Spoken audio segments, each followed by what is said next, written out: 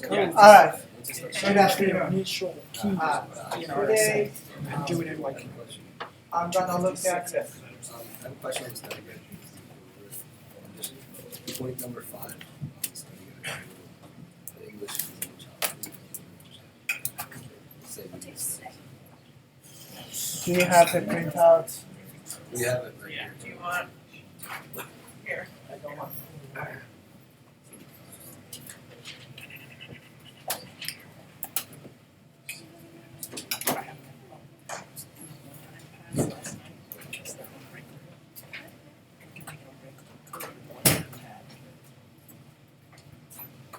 Yeah. Second numerical area. we don't use it again.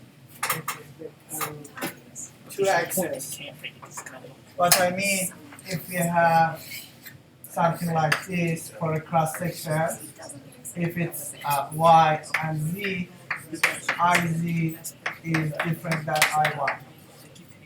So it makes everything different. Then you go for sigma equals to mz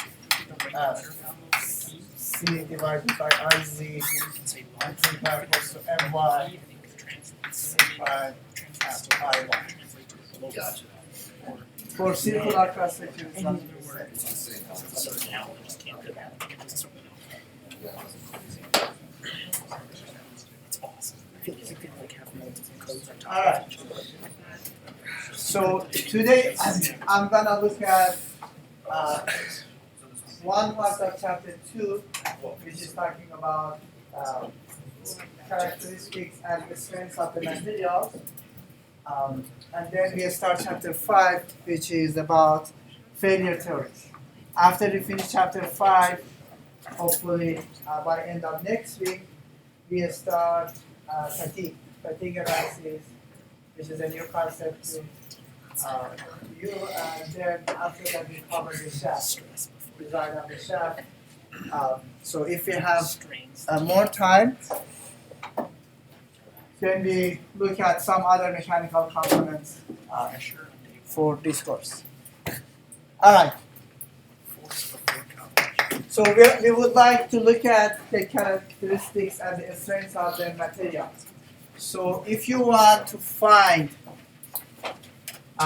the characteristics and the strength of the material, what they are doing, they make the test specimen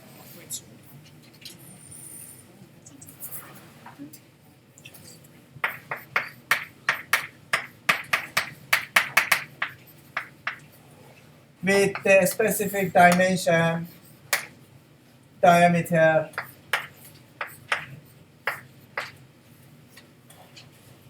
so made of the material that we are looking for its strength. So then what they are doing, they apply force from both sides, starting from 0. Force, it's starting from 0, and then increase that. They increase it, for example, to 10 Newton. Then on one table, they say, okay, the first test force is 10 Newton. Then they measure the elongation. Due to the 10 Newton, it's gonna be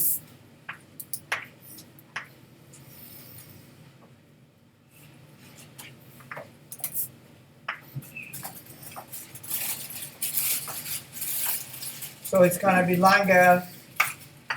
L2 minus L0 is gonna be delta L. So it's gonna be elongation. Then they calculate a strain, which is delta L divided by L0. They have the force. They can calculate normal stress, which is F1 divided by area. It's a circular cross section. Area would be pi d squared divided by 4. And then they do the second test by increasing the force to something greater than 10. And they keep this table.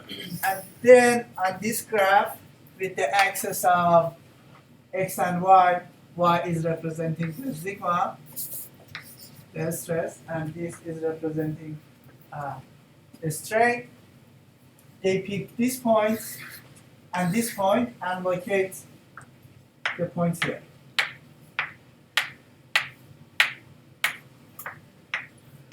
They put until the failure occurs, until this component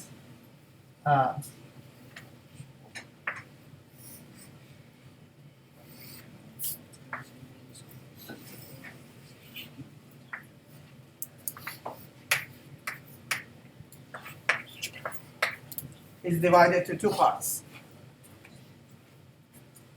So the points coming from the experimental things, then they plot, they draw, they fit a line or curve to this.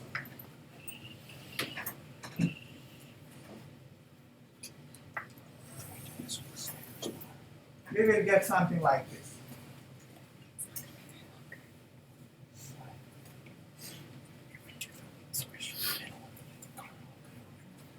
Which is a strain versus a stress versus a strain.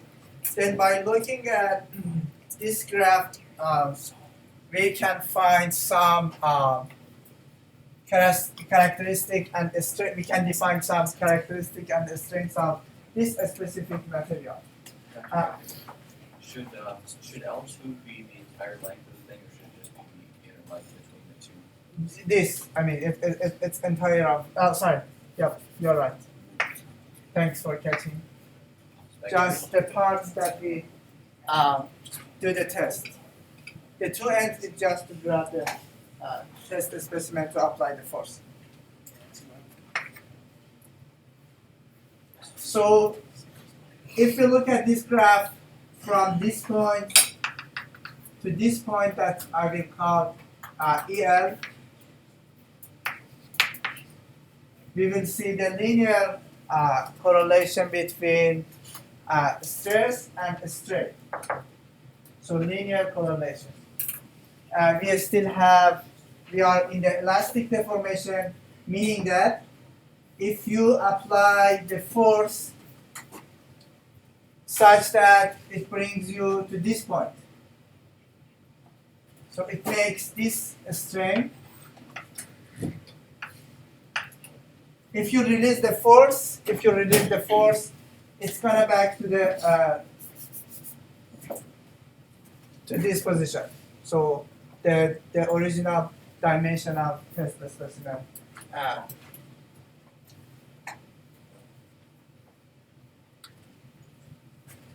From here to here, that I will call it as a PL, we still would be on the elastic deformation, but it's not going to be the linear correlation between the stress and the strain. So PL is going to be the border of elastic deformation and the plastic deformation. After this point, suppose you are here. If you apply force such that it's making epsilon 2 and the stress of sigma 2, and if you release the force, it's not going to back through this curve. It's going to back through a line which is parallel to this one. So you end up to this point if you release the force. You don't have any stress at this point, but you have a permanent deformation on your test specimen. So we call it, it's a border of plastic and elastic deformation. So you make the plastic deformation if you pass this point PL. At one point, which is, I say, it's gonna be 0.002.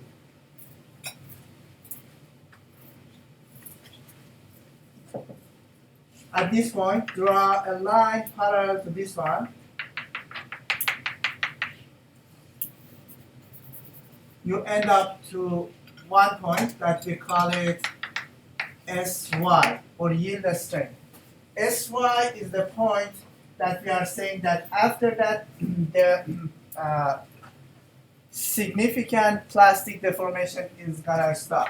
So we know that between PL and SY we are gonna have plastic deformation, but since it's a small number, we consider that as a elastic deformation. So SY is the point which makes 0.002 strain as a permanent deformation. So this is how you can find SY value for different types of the material. So this is how the SY is gonna define the point which has 0.002 permanent strain applied to that. And this point is defined as S ultimate. S ultimate for tensile. Ultimate for tensile.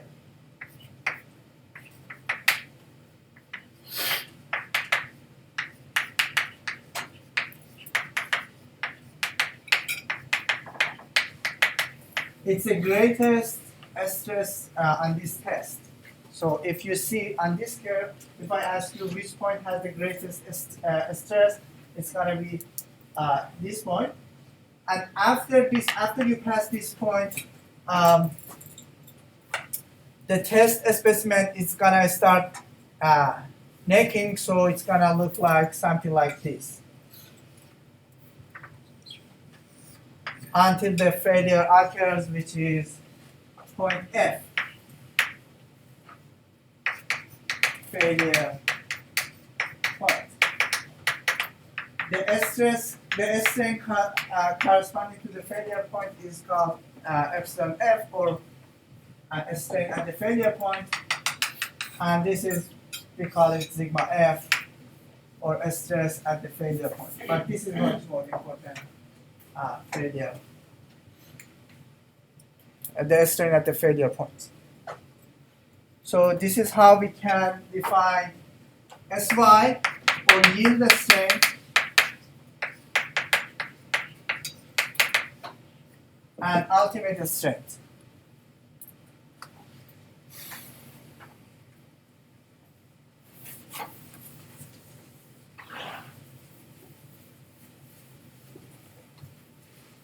If we apply the test for different types of the material, and the curve is going to look like this, we are saying that it's a ductile material. If the curve is going to look like this. For some materials, if you apply the same test, it goes up and the failure occurs.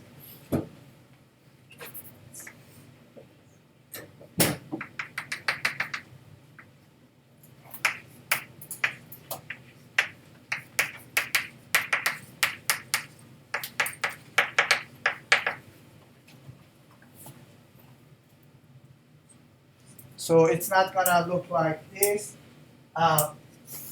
We are saying that these types of materials are brittle material.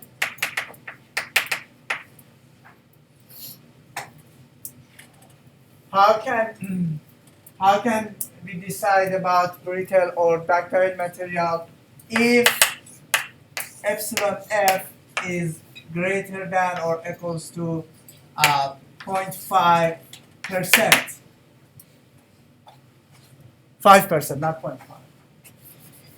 5% or 0.05. If epsilon F, the failure point, has a strain greater than this, we have ductile material.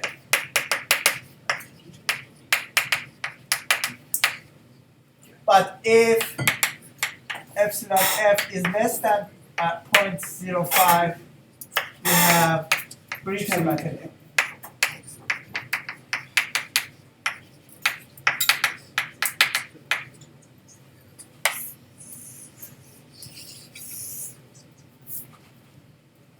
So this is how you can decide about the ductile or brittle material. You look at this. If it's greater than 0.05, it's a ductile material. If it's less than that, it's brittle material.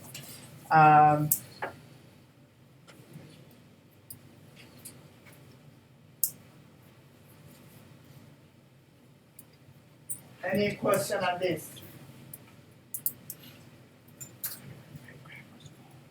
So this point is defined as SUT for brittle material. You don't want to reach to SUT because the failure is going to happen. And this letter is for tensile because we did the tensile test. We didn't apply the compression. We might get different value for SU and SY. I will talk about that shortly. Similarly, for brittle materials, you might get different value for SU if you apply the compressive load. So let me take a look at ductile material curve.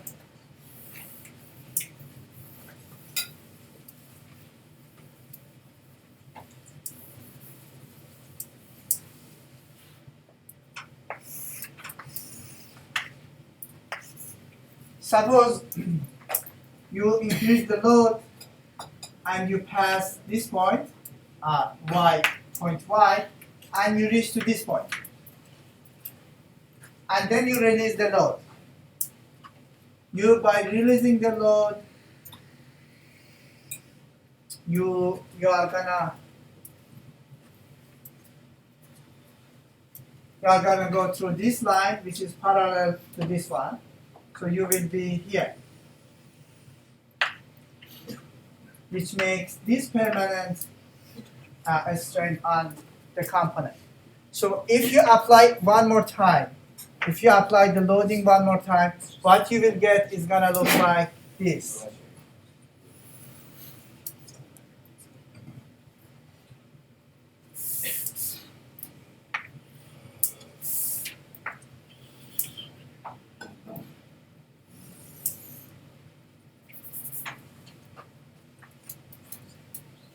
If you apply the load, you are going to move through this line, and then you are going to have this curve.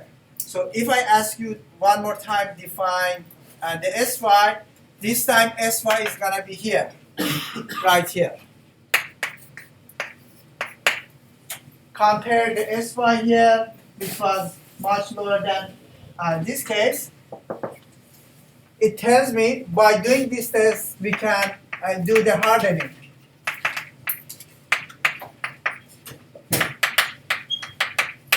If you want to have a harder material, what you can do, I didn't change the material. I just applied the load, passed the yield strength, and then I release the load out back to this point. Now, the epsilon versus strain versus stress curve is going to look like this, with the greater value for the yield strength. So basically, you are hardening the material, but it has a cost for you by sacrificing the ductility of the material. Now you have this strength. Before that, you had this strength for the ductility of the material. So it's a cost that you are paying by hardening the material in this way.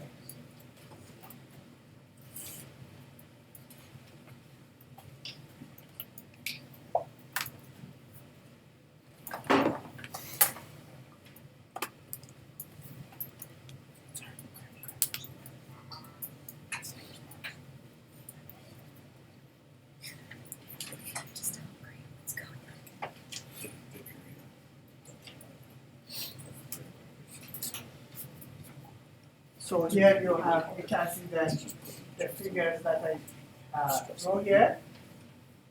This is for ductile material with point PL, EL. So as I said, from here,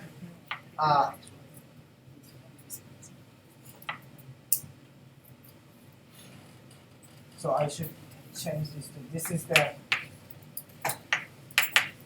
PL is proportional relation between sigma, epsilon, and stress.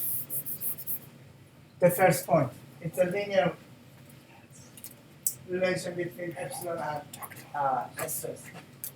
From here to here, we still have elastic deformation, but it's not proportional. from here to here we have elastic deformation. After this point we are going to have the plastic deformation, but it's not significant. Point Y is the point that we consider the plastic deformation significantly, which is 0.002 for permanent strain at that point.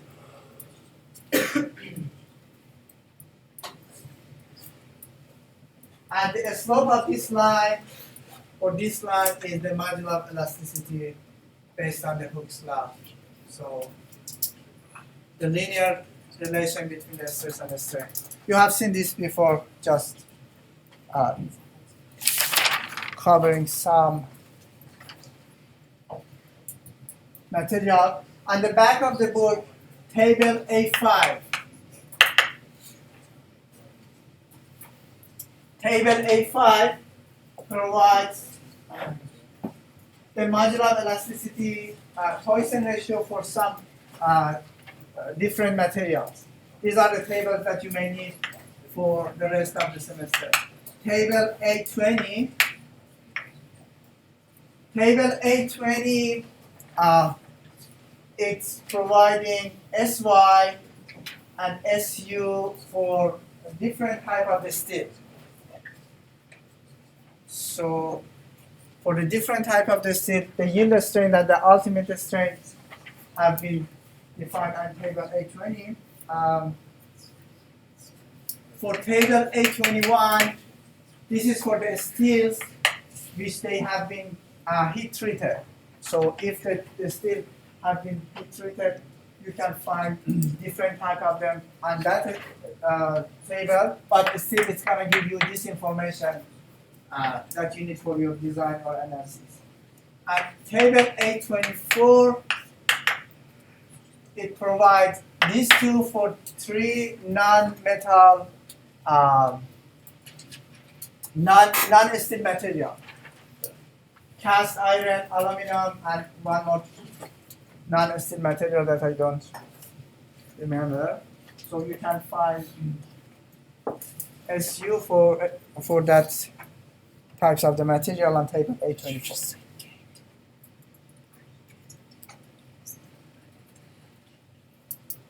So if we change the test from the tensile stress, tensile tension test to the compression strength by just changing the load from tensile to compression, we might get different value. If for the ductile material, SUT is going to be equal to SUC, compression, tensile. So you will get the same things for the SUC as well. Similarly for SY, you will find SYT equals to SYC for ductile material. But if you do the test for brittle material, SUT is not equals to SUC, and SUC is usually greater than SUT. So this is what we expected for brittle material. So make sure that on your design, if you have the compressive load and brittle material, use the right value. Just one quick thing about lettering or classification of the materials. There are different types of association which they can propose a different labeling or classification of the materials. So these three are the most common organization that we are going to use in this course. SAE, Society of Automobile, and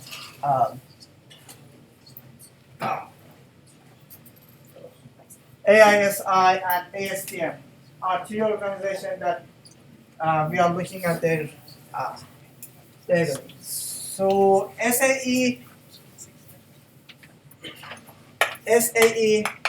have proposed UNC system,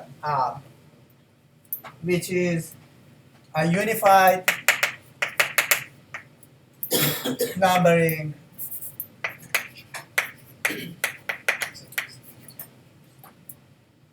UNS system.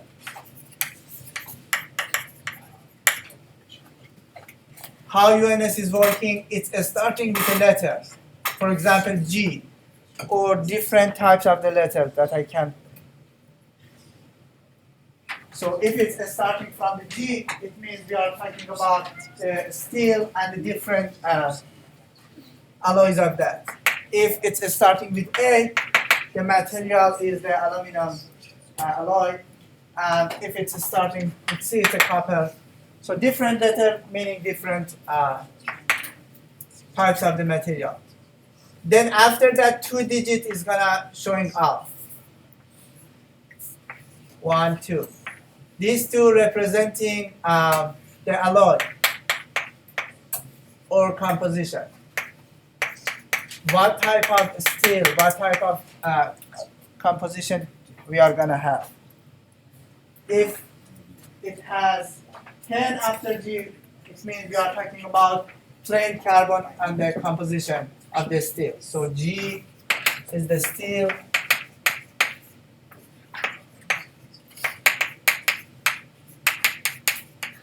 So G10 means it's a carbon steel. If it's G, for example, 52, it's chromium. The second two is the percentage of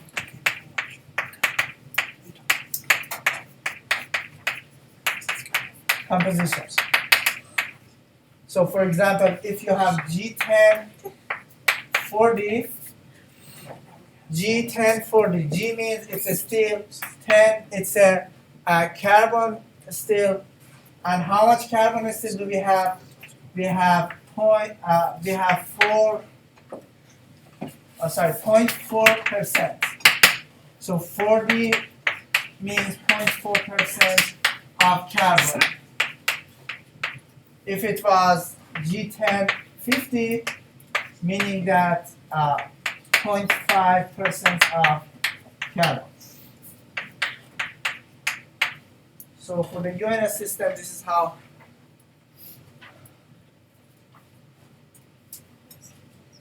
we can classify the material. For the steel, specifically steel,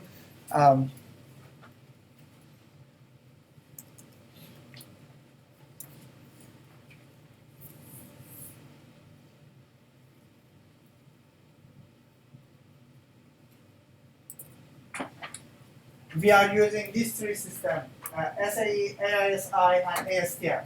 So for AISI,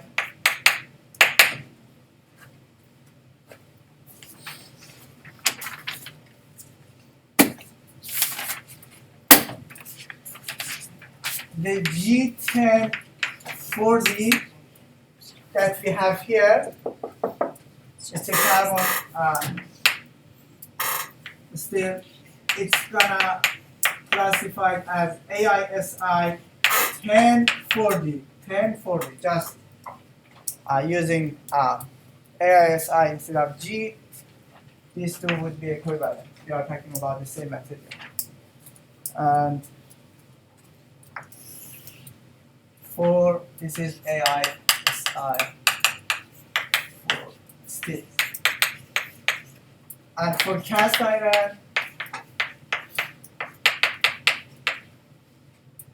we are using the ASTM classification. So if I say we have ASTM 60 cast iron, means it means S ultimate is 60 kpsi. ASTM 60 carbon steel, cast iron means the ultimate strength for this material is at least 60 kpsi. So this is how we label or classify the steels and the cast iron in this course. Table A24. If you look at it, you can find for different types of metals.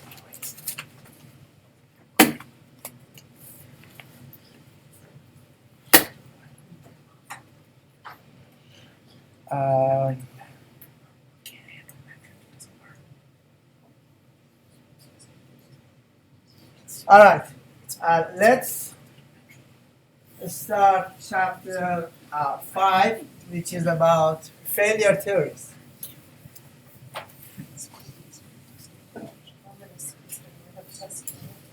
It's very important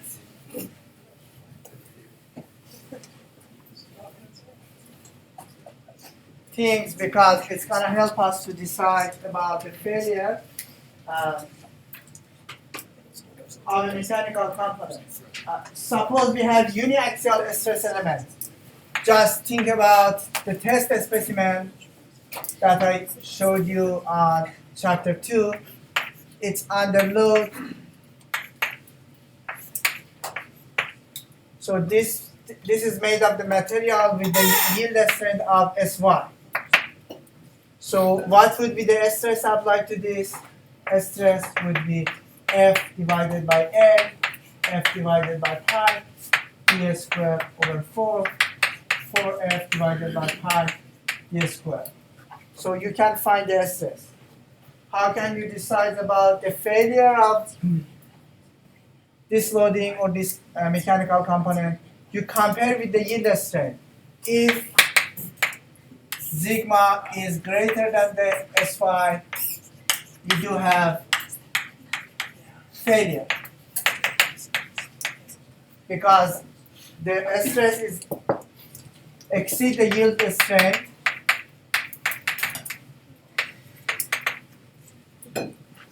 It means the yielding is gonna happen because the stress is greater than S1. But in many cases, we have multi-axial stress. If it's a plane stress, you have sigma x, tau xy, sigma y, tau xy.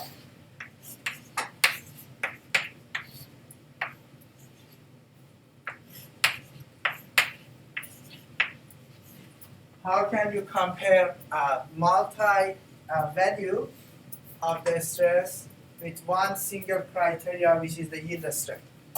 So this is why we need failure theories. The failure theories is going to help us to provide a means to comparing the multi-stress elements, multi-stress components with a single term of strength. So this is why we need failure theories.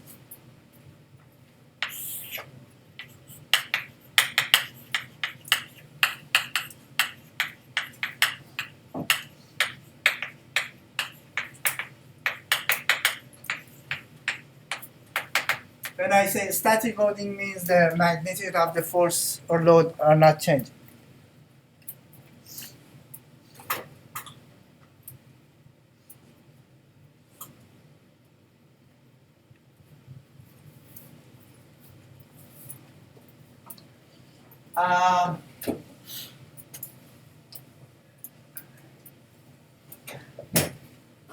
The first theory, or the first thing that if I ask you to think about that can be this one. For a given state of stress, find the principal normal stresses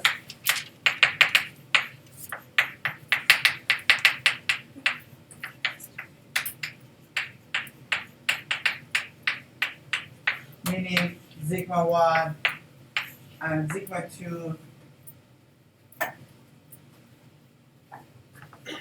and among these two find the largest ones magnitude wise. So suppose sigma 1 is greater than sigma 2 magnitude wise.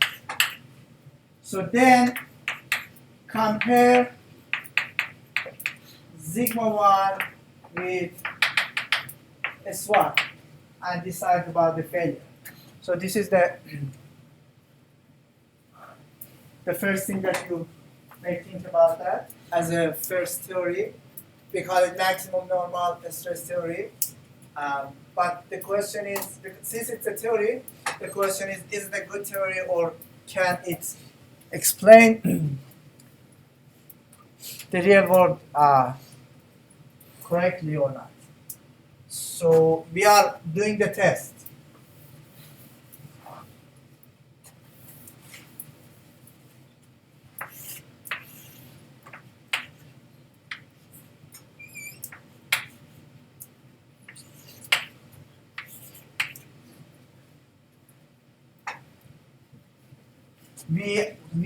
We look at the mechanical component with sigma 1 and sigma 2, both are positive, and we assume that sigma 1 is greater than sigma 2. So the failure occurs when sigma 1 equals to Sy. So if this is Sy, if I draw a line, any point on the right side is going to see the failure because sigma 1 is greater than Sy. And sigma 2 is, and if it's on the right side, it's gonna be safe. So if this is Sy here, so any point inside this box would be the safe. So here, in any case, sigma, the largest amount of the stress is less than Sy.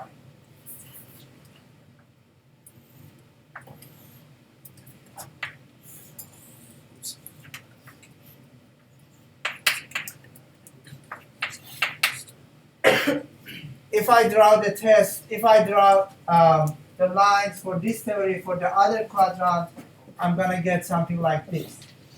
Now, if I do some test, I will see that for these points, based on the theory, they should be safe because they are inside the box. But in reality, these are the points that I will see the failure on them. So it means the theory cannot address or explain the reality. So on the first quadrant, the failure, it occurs in this point, which totally fine with the theory. But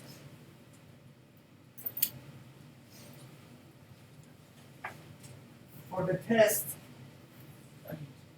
or experiment that we have positive sigma 1 and negative sigma 2, we will see some failure in these points. Although the theory is going to say we should be safe. So it's telling me that this theory is not going to be a good one to be used. So I just wanted to introduce that to show you that not all theories are going to work.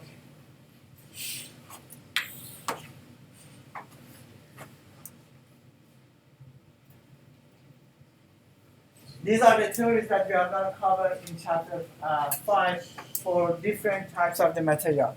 For ductile materials, we are covering 3 theories: maximum shear stress, or MSST, distortion energy theory, or DET, ductile column, DCMT. You have seen the first 2 briefly. We will go in details in this chapter, but the DCM is going to be totally new.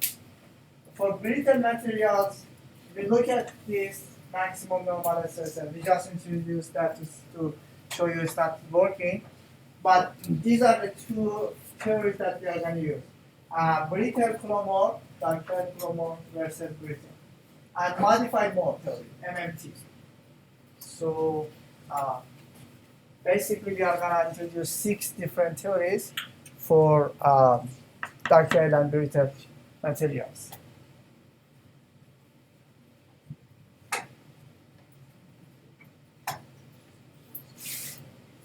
Alright, let's do the first class activity for today, and then I will talk about the maximum shear stress theory after that.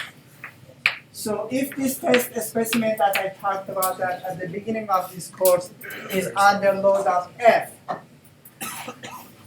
here we only have one term of stress, normal stress. If this is the case, find the principal normal stresses and maximum shear stress.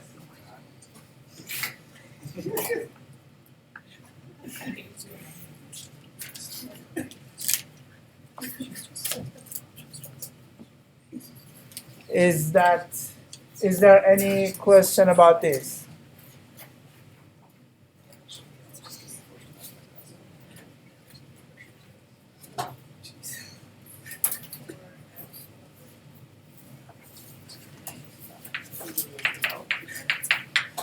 Find me the principal normal stresses and maximum shear stress.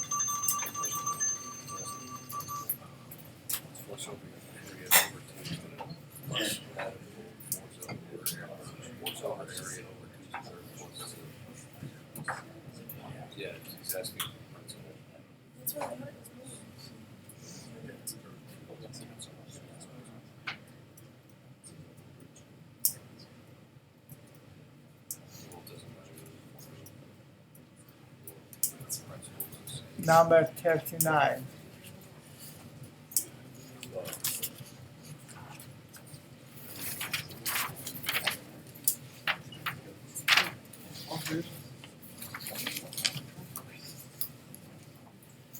Where are you? No.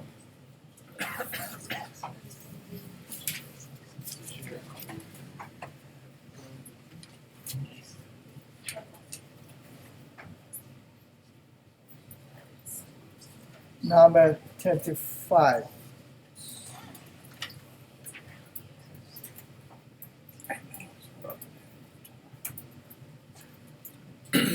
Okay, what do you think?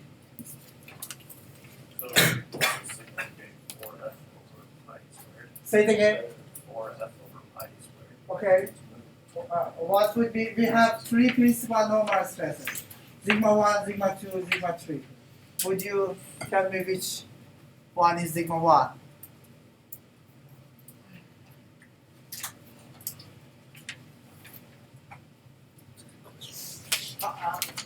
How many stress terms can you see here?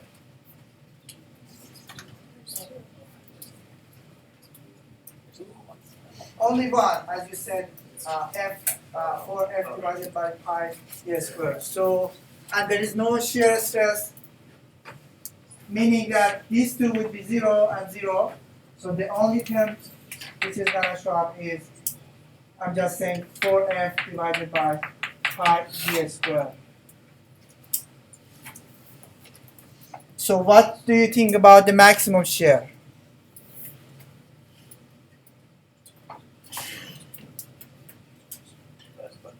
Say it again. Divided by 2, or tau max is sigma 1 minus sigma 3 divided by 2. So sigma 3 is 0, it means this one should be divided by 2. Now,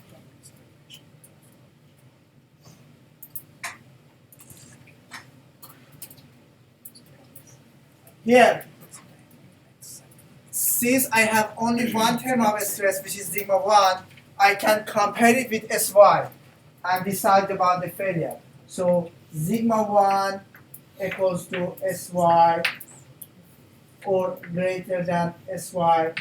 Failure. Okay. True. Because we only have one sigma, I can compare it with Sy and say the failure occurs if I have uniaxial stress. One term of stress I can compare this with this one. Now, sigma max, tau max is gonna be sigma 1 divided by 2.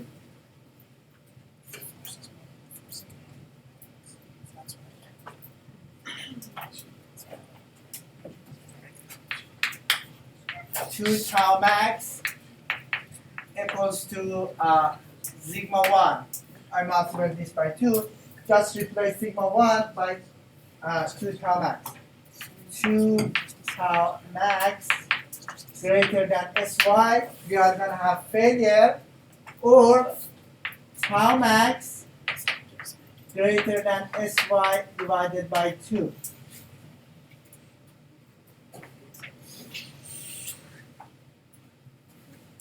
So this this one telling me that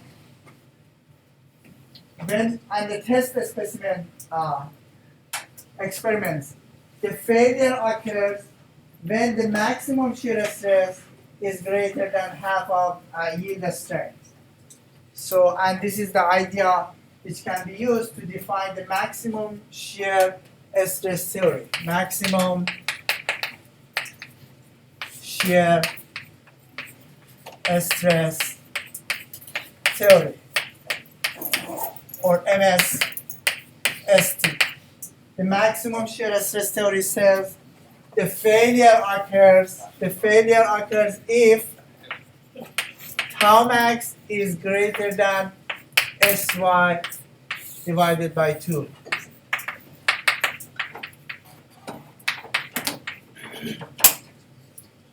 And this is the idea for this theory. If you have uniaxial terms, what you need to do, you need to find sigma 1, sigma 2, and sigma 3. Then find the maximum shear stress, which is sigma 1 minus sigma 3. Then compare that with the half of the Sy and decide about the failure. So I will work on some examples and more on this theory on next Monday class. I'll see you tomorrow at 2:10 at science. Being